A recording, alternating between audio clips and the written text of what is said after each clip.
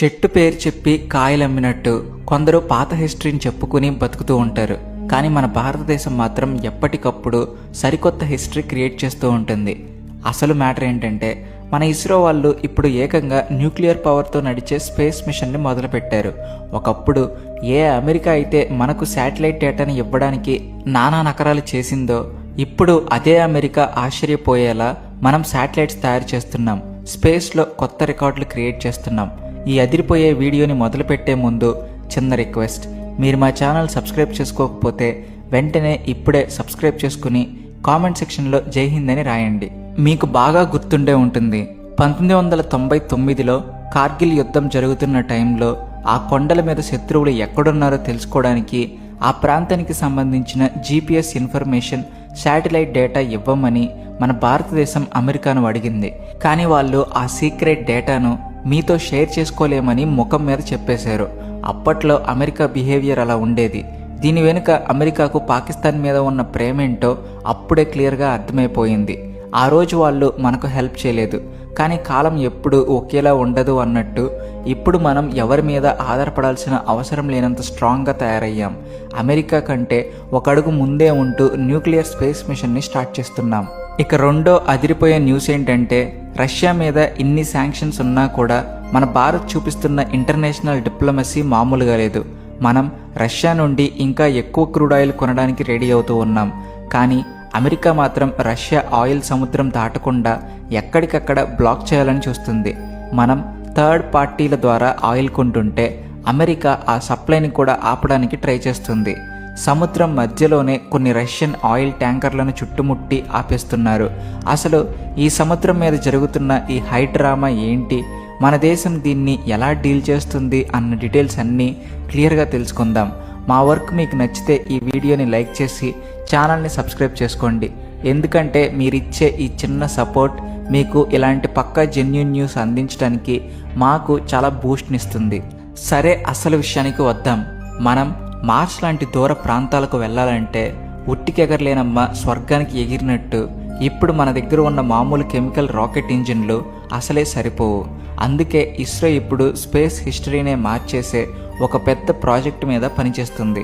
చాలా దేశాలు ఈ ప్రాజెక్ట్ గురించి ఆలోచించాయి, ట్రై చేశాయి కూడా, కానీ ఎవరి వల్ల కాలేదు. అదే మన భారత్ స్టార్ట్ చేయబోతున్న న్యూక్లియర్ పవర్డ్ స్పేస్ మిషన్. నెలల తరబడి కాకుండా జస్ట్ కొన్ని వారాల్లోనే డీప్ స్పేస్లోకి దూసుకుపోవడానికి ఈ న్యూక్లియర్ పవర్ని ఎలా వాడాలి అన్న దాని మీద ఇస్రో చాలా సైలెంట్గా రీసెర్చ్ చేస్తుంది. అసలు ఈ న్యూక్లియర్ స్పేస్ మిషన్ ఏంటి, ఇది మన భారత్ని అమెరికా, రష్యా లాంటి సూపర్ పవర్స్తో ఎలా సమానంగా నిలబెడుతుంది అనేది ఆలోచించాల్సిన విషయం. ఇప్పుడు మనం వాడే రాకెట్లన్నీ కెమికల్ ఫ్యూయల్తో నడిచేవే. వీటికి చాలా లిమిట్స్ ఉన్నాయి. ఇవి ఫ్యూయల్ని విపరీతంగా తాగేస్తాయి, కానీ అవి ఇచ్చే థ్రస్ట్ అంటే ముందుకు తోసే పవర్ మాత్రం చాలా తక్కువ టైం వరకే ఉంటుంది. రాకెట్ గాల్లోకి లేచిన కొద్ది నిమిషాల్లోనే ఆ ఫ్యూయల్ అంతా అయిపోతుంది. ఆ తర్వాత అది తన మొమెంటంతోనే ముందుకు వెళ్ళాలి. రెండో పెద్ద ఛాలెంజ్ ఏంటి అంటే, మార్స్ చేరుకోవడానికి ఇప్పటికీ 7 నుండి 9 నెలల టైం పడుతుంది. అంత లాంగ్ జర్నీ అంటే ఆస్ట్రోనాట్స్కి చాలా రిస్క్. అదే న్యూక్లియర్ ఇంజిన్లు వాడితే ఆ టైంని ఏకంగా 3 నుండి 4 నెలలకు తగ్గించవచ్చు. ఇక మూడోది పవర్ సప్లై. మనం స్పేస్లో ఎంత లోపలికి వెళ్తే సూర్యరశ్మి అంత తగ్గిపోతుంది. సో అక్కడ మన సోలార్ ప్యానెల్స్ అస్సలు పనికిరావు. చీకట్లో అవి కరెంట్ ప్రొడ్యూస్ చేయలేవు.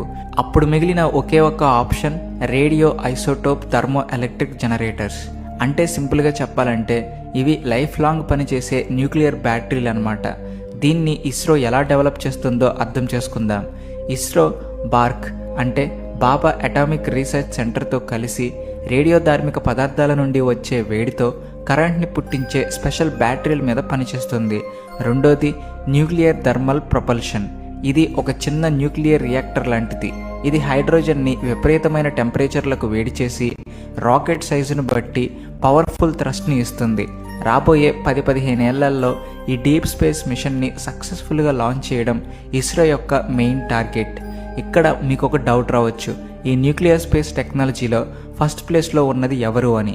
ఇంకెవరు, అమెరికానే. నాసా వాళ్ళు ఇప్పటికే డ్రాకో అనే ప్రాజెక్ట్ని స్టార్ట్ చేశారు.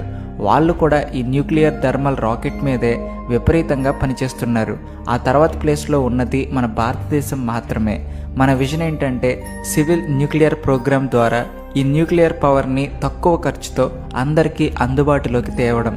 దీన్ని మనం స్పేస్లో సక్సెస్ఫుల్గా వాడితే ఫ్యూచర్లో అమెరికా, రష్యాల తర్వాత మూడో అతిపెద్ద పవర్గా మనం మారబోతున్నాం. మరి ఇది నిజంగా సేఫేనా అని చాలామందికి డౌట్ వస్తుంది. సేఫ్ అనుకోవచ్చు, అలాగే కాదని కూడా అనుకోవచ్చు. ఒకవేళ లాంచింగ్ టైంలో రాకెట్ పేలిపోతే ఆ న్యూక్లియర్ రేడియేషన్ అంతా లీక్ అయిపోయి పెద్ద డేంజర్ అవుతుంది కదా అన్నది వాళ్ళ పాయింట్. దీనికి ఆన్సర్ ఏంటంటే ఇస్రో దగ్గర పక్కా సేఫ్టీ ప్రోటోకాల్ ఉంది.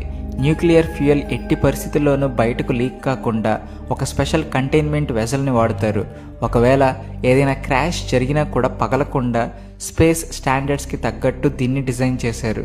కాబట్టి ఎలాంటి టెన్షన్ అవసరం లేదు. అసలే స్పేస్ సెక్టర్లో మనం ఇప్పటికే దుమ్ము లేపుతున్నాం.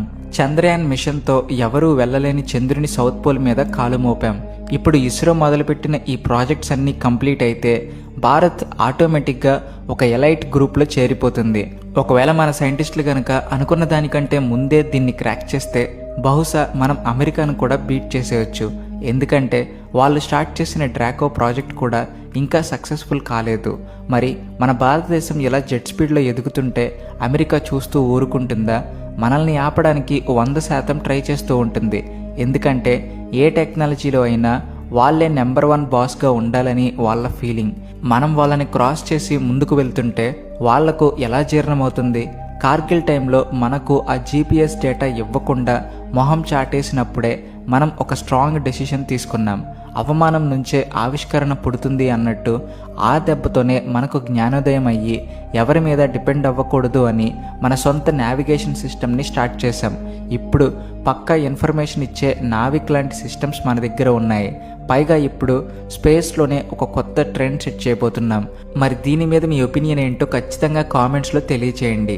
ఇక ఈ స్పేస్ మ్యాటర్ పక్కన పెడితే భూమి మీద ఇంకో పెద్ద రచ్చ జరుగుతుంది. పులి మీద పుట్రల అమెరికా శాంక్షన్స్కి ఏమాత్రం భయపడకుండా రష్యా ప్రెసిడెంట్ పుతిన్ పంపిన ఆయిల్ ట్యాంకర్ ఒకటి ఏకంగా అమెరికా ఆయిల్ బ్లాకేడ్కే ఓపెన్గా సవాల్ విసురుతుంది.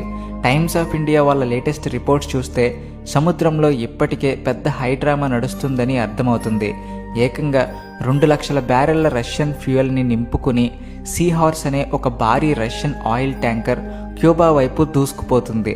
మీకో విషయం తెలుసో లేదో, క్యూబా అనేది అమెరికాకు పక్కనే ఉన్న ఒక చిన్న ద్వీపం. కానీ ఈ దేశం ఎప్పుడు అమెరికా, రష్యా ఇద్దరికీ సెంటర్ ఆఫ్ అట్రాక్షన్ లాంటిది. అక్కడ ఒక్కోసారి రష్యాకు సపోర్ట్ చేసే గవర్నమెంట్ వస్తుంది, ఇంకోసారి అమెరికాకు సపోర్ట్ చేసే వాళ్ళు వస్తుంటారు.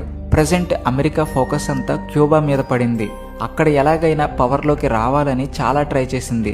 సరిగ్గా మన భారతదేశం రష్యా నుండి క్రూడ్ ఆయిల్ కొనడం కొద్దిగా తగ్గించిన టైంలోనే ఈ ఇష్యూ బయటపడింది. ఇంతకీ ఈ సీ హార్స్ ఆయిల్ ట్యాంకర్ నిజంగానే క్యూబాకు హెల్ప్ చేయడానికి వెళ్తుందా, లేక అమెరికా పెట్టిన కఠినమైన శాంక్షన్స్ని టెస్ట్ చేయడానికి రష్యా ఆడుతున్న మైండ్ గేమా అన్నది పెద్ద క్వశ్చన్ మార్క్. అసలు మ్యాటర్ ఏంటి అంటే క్యూబా మీద అమెరికా పెట్టిన చాలా ఆంక్షలు ఉన్నాయి. క్యూబాకి సొంతగా ఆయిల్ ప్రొడ్యూస్ చేసుకునే కెపాసిటీ లేదు. వాళ్లకు కావలసిన 80 నుండి 90% ఆయిల్ అంతా వెనిజులా నుండే వచ్చేది. కానీ ఎప్పుడైతే అమెరికా వెనిజులా మీద శాంక్షన్స్ పెట్టి ఆ దేశాన్ని తన గుప్పెట్లోకి తీసుకుందో అప్పటి నుండి క్యూబాకు కూడా ఆయిల్ సప్లై ఆగిపోయి పెద్ద కష్టాలు మొదలయ్యాయి. కరెంటు లేక జనాలు చీకట్లో మగ్గిపోతున్నారు.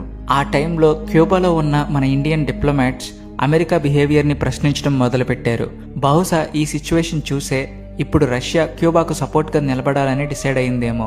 కానీ ఇప్పుడు అమెరికా ఆంక్షల వల్ల సముద్రం మీద పరిస్థితి మొత్తం ఒక హాలీవుడ్ థ్రిల్లర్ మూవీ లాగా తయారైంది. మీకు కొన్ని పాయింట్స్ చెబితే అసలు నిజమేంటో క్లియర్గా తెలుస్తుంది. ఈ సీ హార్స్ ట్యాంకర్ అనేది మార్చ్ కల్లా క్యూబా చేరుకోవాలి. అయితే అందులో ఉన్న ఫ్యూయల్ని ఏ ఇల్లీగల్ పనులకు వాడట్లేదు. క్యూబా జనాలు బతకడానికి కావాల్సిన కరెంట్ కోసం, పబ్లిక్ ట్రాన్స్పోర్ట్ కోసమే దాన్ని వాడుతూ ఉన్నారు. ఇక్కడే అసలు ఆట మొదలవుతుంది. డైరెక్ట్గా వెళితే అమెరికా వాళ్ళు పట్టుకుంటారు. కాబట్టి ఆంక్షల నుండి తప్పించుకోవడానికి వీళ్ళు సముద్రం మధ్యలో ఒక షిప్లో నుంచి ఇంకో షిప్లోకి ఆయిల్ని పంపింగ్ చేస్తారు. దీనినే షిప్ టు షిప్ ట్రాన్స్ఫర్ అంటారు. ఈ పని అంతా సైప్రస్ లాంటి దేశాల బోర్డర్ల దగ్గర సైలెంట్గా జరిగిపోతుంది. సరిగ్గా ఇక్కడే మన భారత్ పేరు కూడా లైమ్ లైట్లోకి వచ్చింది. భారత్ తన ఆయిల్ సప్లై చైన్ని మార్చుకుంటుందని, క్యూబా లాంటి థర్డ్ పార్టీల ద్వారా ఆయిల్ కొనే ఛాన్స్ ఉందని ఇంటర్నేషనల్ మీడియాలో టాక్ వినిపిస్తుంది. అంటే మన దేశం క్యూబా ద్వారా ఆయిల్ కొని ఉండొచ్చని, ఒరిజినల్గా ఆ ఆయిల్ రష్యాదే అయి ఉంటుందని, దాన్ని సముద్రం మధ్యలోనే రష్యన్ ట్యాంకర్ల నుండి వేరే దేశాల పేరుతో ఉన్న ట్యాంకర్లలోకి మార్చేసి ఉంటారని చాలామంది ఎక్స్పర్ట్స్ చెబుతున్నారు. ఒకసారి ఆయిల్ వేరే షిప్లోకి మారాక దాన్ని పట్టుకోవడం చాలా కష్టం. కానీ అమెరికా సముద్రం మీద తన పెట్రోలింగ్ని ఎంత కఠినం చేసిందంటే వాళ్ళ కోస్ట్ గార్డ్ డ్రోన్లు, శాటిలైట్స్ని దాటుకుని ఇప్పుడు ఏ దేశమైనా వాళ్ళ కళ్ళు గప్పి తప్పించుకోవడం దాదాపు ఇంపాసిబుల్. ఎవరైనా రష్యా లేదా ఇరాన్లతో బిజినెస్ చేస్తూ అమెరికాకు దొరికిపోతే కఠినమైన శాంక్షన్స్ ఫేస్ చేయక తప్పదు. దీనివల్ల అమెరికాకు ఒక రకంగా నష్టం ఉంది, అలాగే వాళ్లకు లాభం కూడా ఉంది. ఒకవేళ ఈ ఆయిల్ ట్యాంకర్ని అమెరికా ఆపలేకపోతే ఆ ఆంక్షలకు వాల్యూ ఉండదు, మిగతా దేశాలు కూడా లైట్ తీసుకుంటాయి. పైగా ఇలాంటి ఇల్లీగల్ ఆయిల్ సప్లైస్ వల్ల గ్లోబల్ క్రూడ్ ఆయిల్ మార్కెట్లో టెన్షన్ పెరిగిపోయి ఆయిల్ షార్టేజ్ వచ్చి పెట్రోల్ ధరలు ఆకాశాన్ని తాకుతాయి. ఇక రెండో పాయింట్ ఏంటంటే అమెరికా తన కంట్రోల్లో ఉన్న వెనిజులా ఆయిల్ని ప్రపంచమంతా అమ్మాలని చూస్తుంది. మన భారతదేశానికి కూడా ఆ ఆయిల్ కొనడానికి రీసెంట్గానే పర్మిషన్ ఇచ్చింది. సో లాజిక్గా చూసుకుంటే ఒకవేళ భారత్ రష్యా నుండి 10 రూపాయల డిస్కౌంట్కి కొన్నా, లేదా అమెరికా ప్రెషర్ వల్ల వెనిజులా నుండి 8 రూపాయల డిస్కౌంట్కి కొన్నా, ఫైనల్గా మనకు పడే రేటు దాదాపు అటు ఇటుగా ఒకటే ఉంటుంది. ముందు నుయ్యి వెనక గొయ్యి అన్నట్టు ఉన్న ఈ గ్లోబల్ సిచ్యువేషన్లో ఎవరికీ కోపం రాకుండా మన భారతదేశం ఈ బ్యాలెన్సింగ్ యాక్ట్ని ఎలా హ్యాండిల్ చేస్తుందో చూడాలి.